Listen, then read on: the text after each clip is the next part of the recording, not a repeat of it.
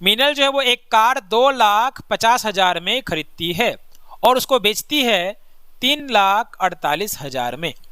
2,50,000 में खरीद करके 3,48,000 में बेचती है। आपको बताना है कि लाभ परसेंट क्या है। तो लाभ परसेंट निकालने के लिए हमको इसका डिफरेंस निकालना होगा।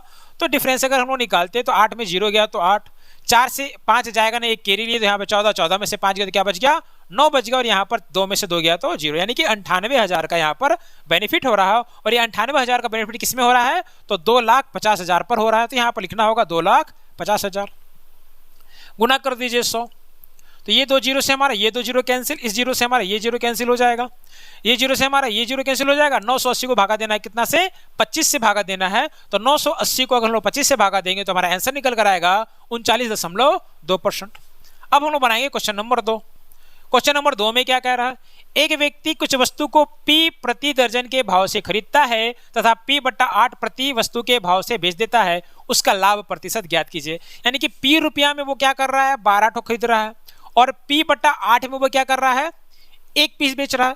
तो अगर वो पूंजी लगाया था P रुपीस, खरीदा था कितना, 12 पीस, लेकिन P/8 में वो 1 पीस बेच रहा है, तो अगर उसको P रुपया चाहिए तो कितना बेचना होगा, तो उसको 8 पीस बेचना होगा। ये 8 चला जाएगा यहाँ, यानी कि P रुपया वो 8 गो सेल करके वो P रुपया का अर्निंग कर लेता है।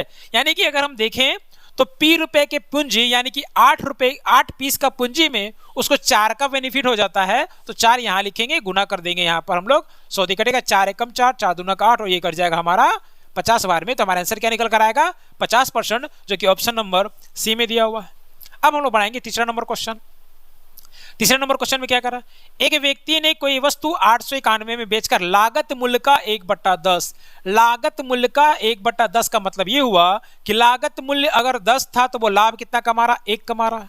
अगर लागत मूल्य यानी कि कॉस्ट प्राइस 10 है, लाभ कमा रहा 1, तो बेचा कितना में, 11 में बेचा। बट यहाँ पर बोल रहा है कि वो 891 रुपया में बेच रहा है, यानी कि 11 का वैल्यू हो जाएगा 891। तो 11 बराबर 891, इसको काटेंगे, 11 8 88 और 11 एकम 11, यानी कि 1 का वैल्यू क्या आया, 81 आया। यहाँ पर क्या बोल रहा, क्रय मूल्य हमारा क्या है, 10 है, 1 का वैल्यू 81, तो 10 का वैल्यू 810 हो जाएगा, जो हमारा ऑप्शन नंबर सी में दिया हुआ है।